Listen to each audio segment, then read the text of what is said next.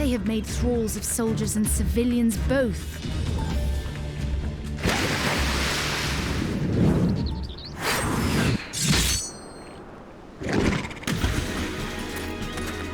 Did I miss much?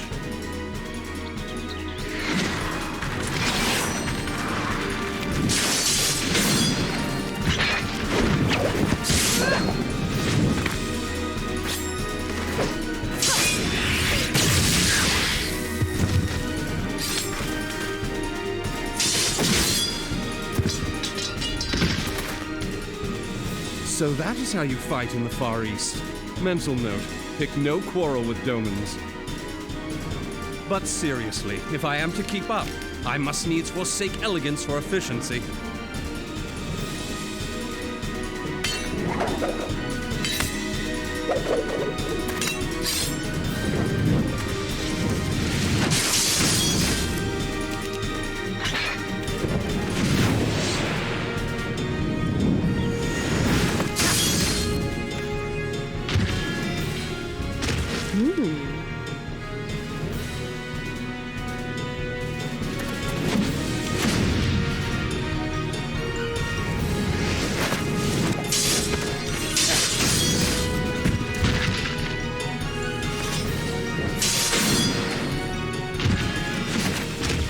To the Aetherite!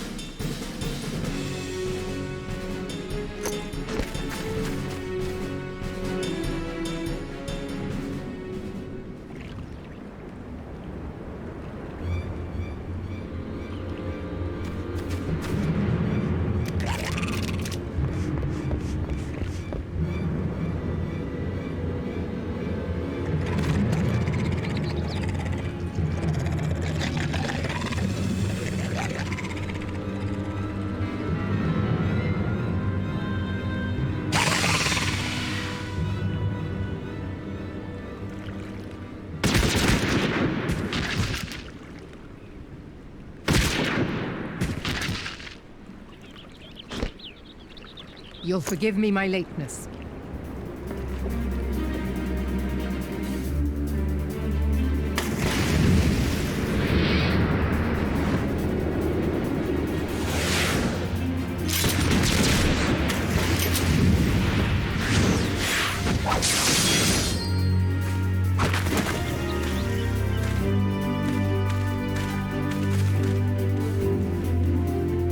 I've been something of a liability of late, I know. 'Tis high time I set about making amends.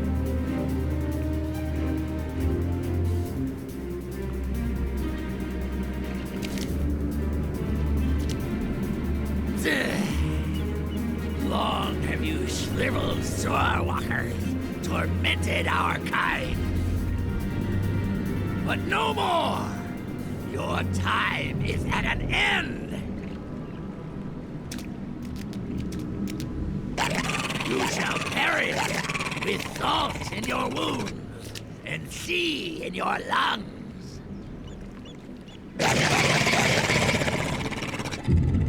Lord of the world, hearken to our plea. Lord of the world, deliver us from our misery. Do you feel that?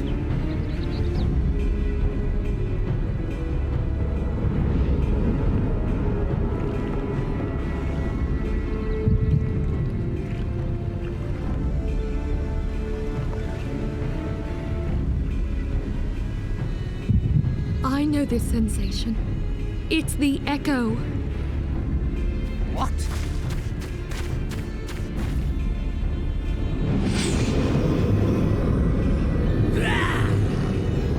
Such power is transcendent.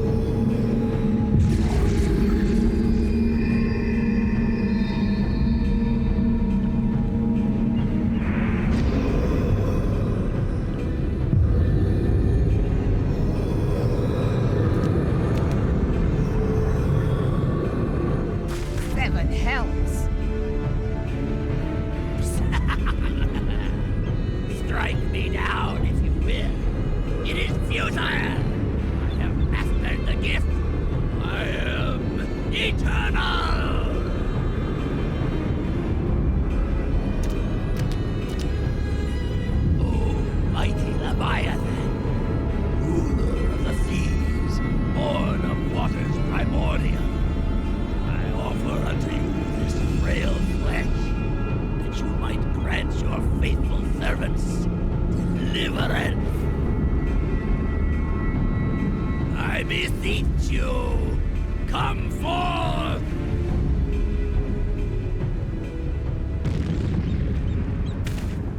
Die, damn you!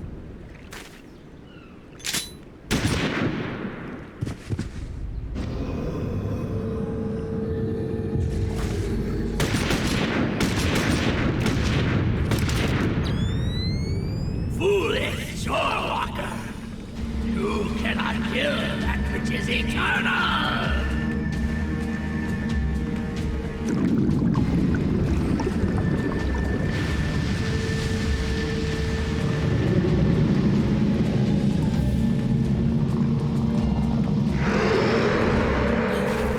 Heavens fulfilled. Damn it all!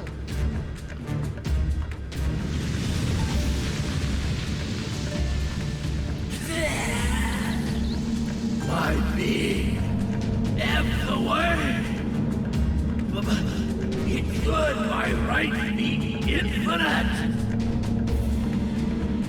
Am I not immortal?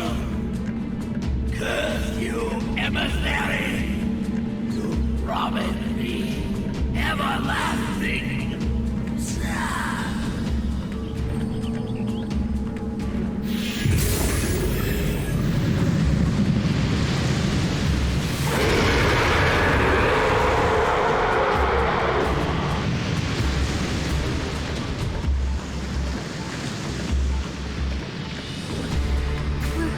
Where did he go?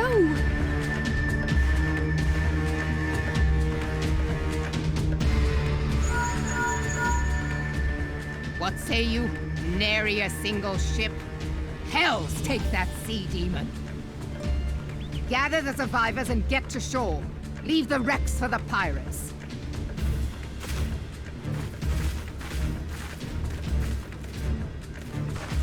Leviathan wastes no time.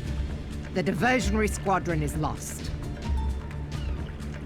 For a mercy, 'twould seem the Primal now makes for open sea. But why does he not press his advantage? Unless... God save us. He means to unleash a tidal wave.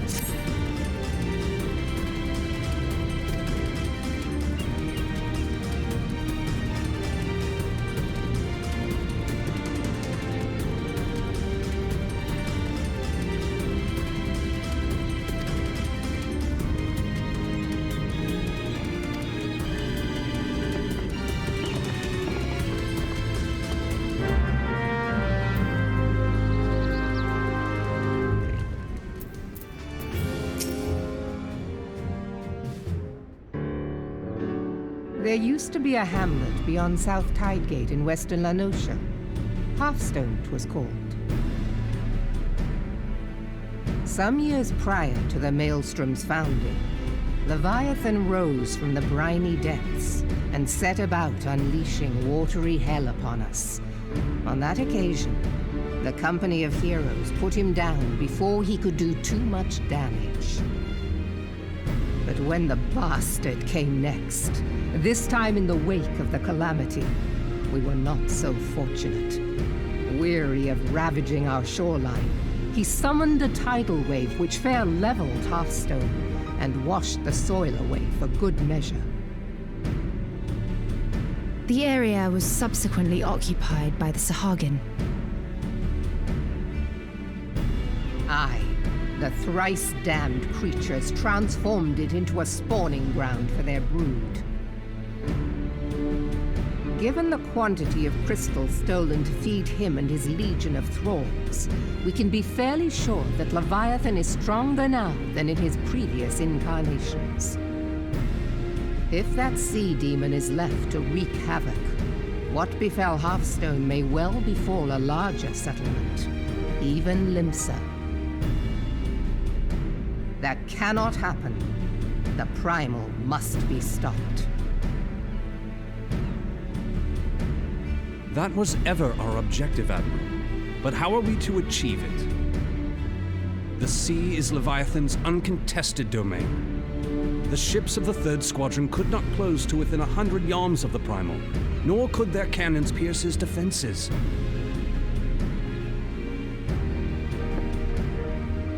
I have read the reports, Master Thancred.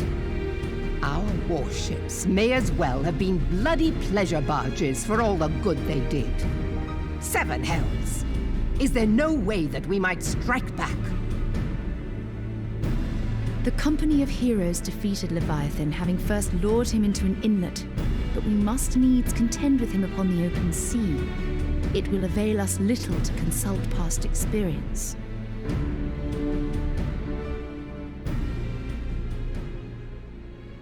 Admiral, if I may. Speak freely, Marshal. By all accounts, Leviathan's most formidable weapon is the very sea itself. Waves and whirlpools, tides and currents, all these things are his to command. The key to victory, I believe, lies in disarming our foe. This, in effect, is what the company of heroes achieved with their ruse. We cannot lure Leviathan from the sea a second time. But what if we could weaken his hold upon the element of water? I have heard of devices capable of such wonders. They draw upon the power of corrupted crystals, I am told. If mounted upon a ship, such a device might be used to prevent Leviathan from bringing the full force of the sea to bear against us, rendering him no more dangerous than any other sea serpent. Of course! Sid built a similar device to grant the Enterprise safe passage through Garuda's Tempest, did he not? Begging your pardon, my lady, but to give credit where it's due, this is something I heard from an old arcanist friend of mine. It makes little difference who thought of it first, so long as it works. Beg the specifications of this device from your friend, and I shall pass them on to our people at Naldic and Vermelis. But before we proceed any further, I would voice one concern. Piercing Garuda's defenses is one thing. Suppressing Leviathan's attacks, quite another. In matters of science, I am as a babbling babe, but I cannot well imagine that such a feat would be possible without a veritable mountain of corrupted crystals. The question being, do we have a ship big enough to bear such a burden? Mayhap not, Admiral, but two might. Recall you the tale of Mistbeard's greatest haul? It is said that he lashed 2 ships together, side by side, the better to bear his plunder. By your leave, we might attempt to repeat the trick. The gods know it would be quicker than building a new vessel. Mistbeard did this. Truly, Marshal, upon the subject of the Pirate King, you are as a scholar. Now, from what I have gleaned of these matters, the device will need to be in close and constant proximity to the target. To wit, we must lash our twin vessel to Leviathan. This in itself will be no small feat. Ramming speed will be required, but given the weight of the cargo, that will only be attainable with the aid of a towing vessel.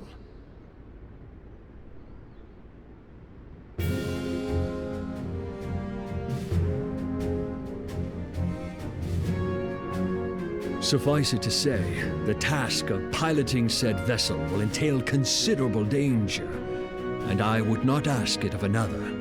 I volunteer myself. 'Twill be dangerous for all involved, but we have no better recourse. Very well.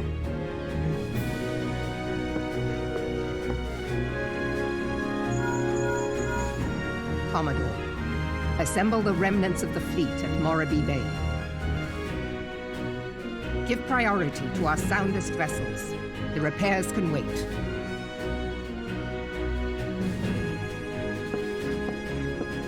Storm Marshal Slafierson, command of the operation is yours. I want that twin vessel ready to sail post-haste. At once, Admiral.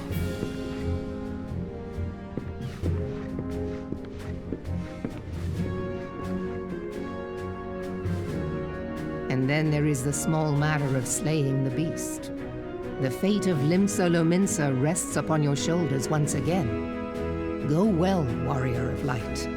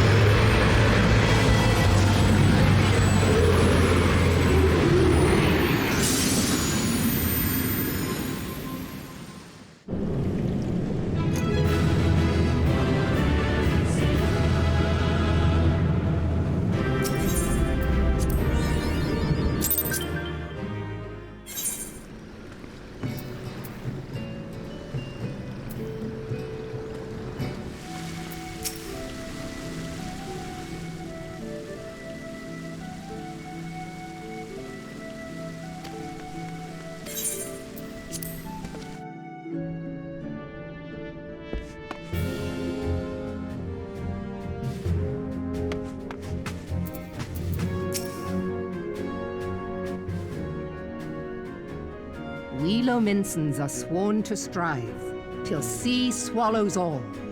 And swallow all it would have had Leviathan prevailed. That we still strive now, we owe in no small part to you. Not for the first time, you have delivered Limsa Lominsa from the wrath of a primal. Never has our nation known a stouter ally. On behalf of my people, I give you my humblest thanks.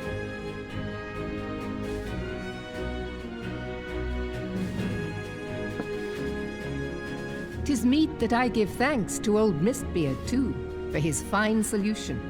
Whatever else he may have been, 'tis clear he was a resourceful soul. Would that I had a man like him in my service.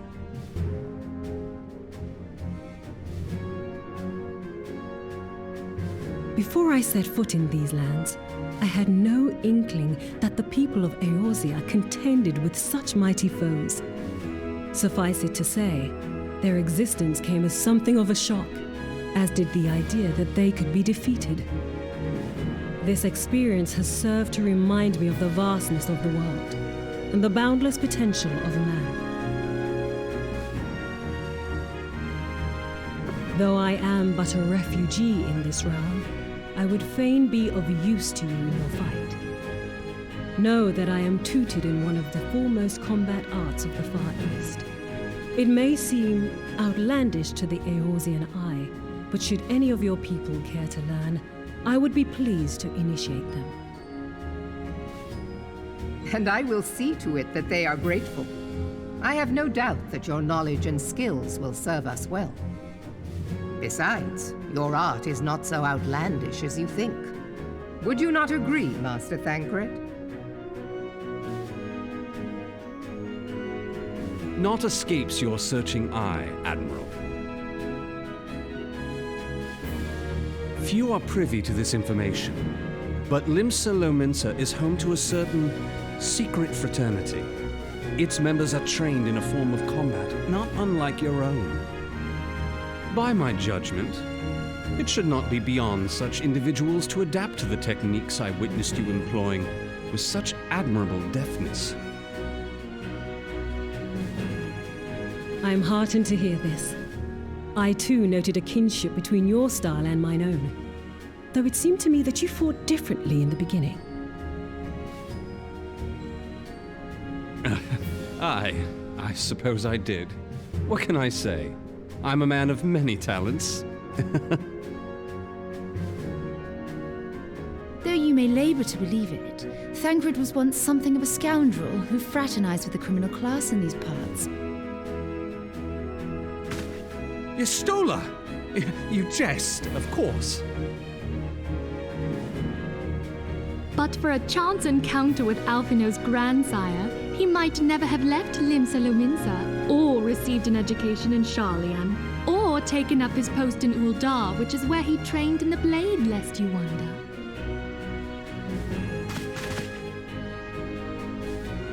Minfilia, please! It would seem there is more to you than meets the eye, Master Thancred.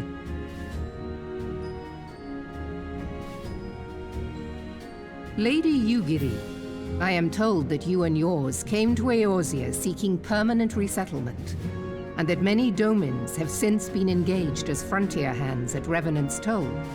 Moderna is many things, but a place of refuge it is not. Know that I would like nothing better than to furnish your people with a new home here on Lominsan soil. Alas, racked by instability as we are, our nation is in no fit state to take you in. Yet I'll not have it said that we turned a blind eye to your suffering.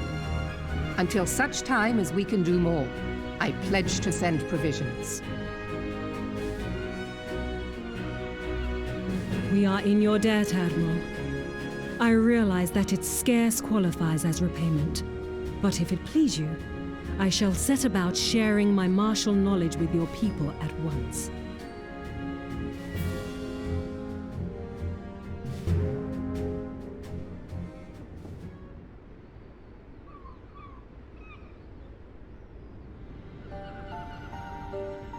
You wished a word in private.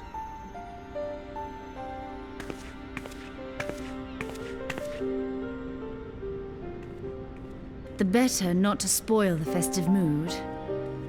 History repeats itself, Admiral. As the kobolds did before them, the Sahagin resorted to summoning their god over a territorial feud. They acted in self-preservation. It may be that the Sahagin initiated this particular clash, but how it begins does not interest me so much as how it ends.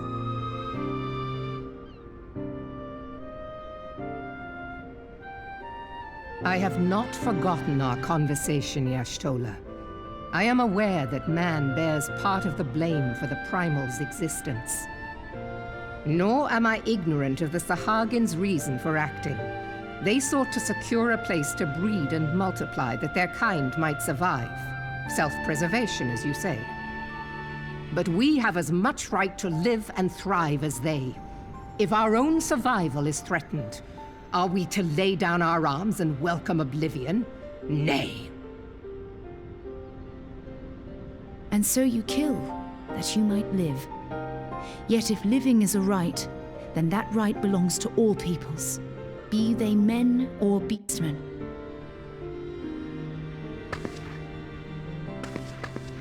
I'll not deny your reasoning, but when a storm gathers, it falls to me to see my people safely through it. That is my duty, and I shall do it.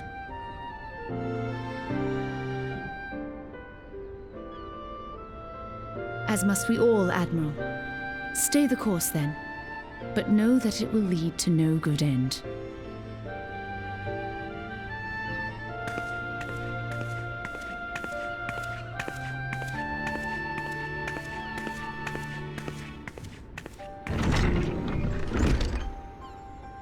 Man has ever put himself first and foremost. To justify his actions, he clads himself in the armor of righteousness, though it be a fancy of his own making. In this, mayhap the Garleans and we Domans are not so different.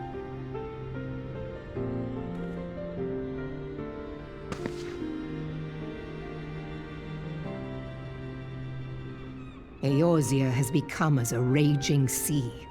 If we are to keep our heads above the waves, we cannot scruple to drown the man next to us. When hopes of coexistence founder, strength must determine who has the greater right to live.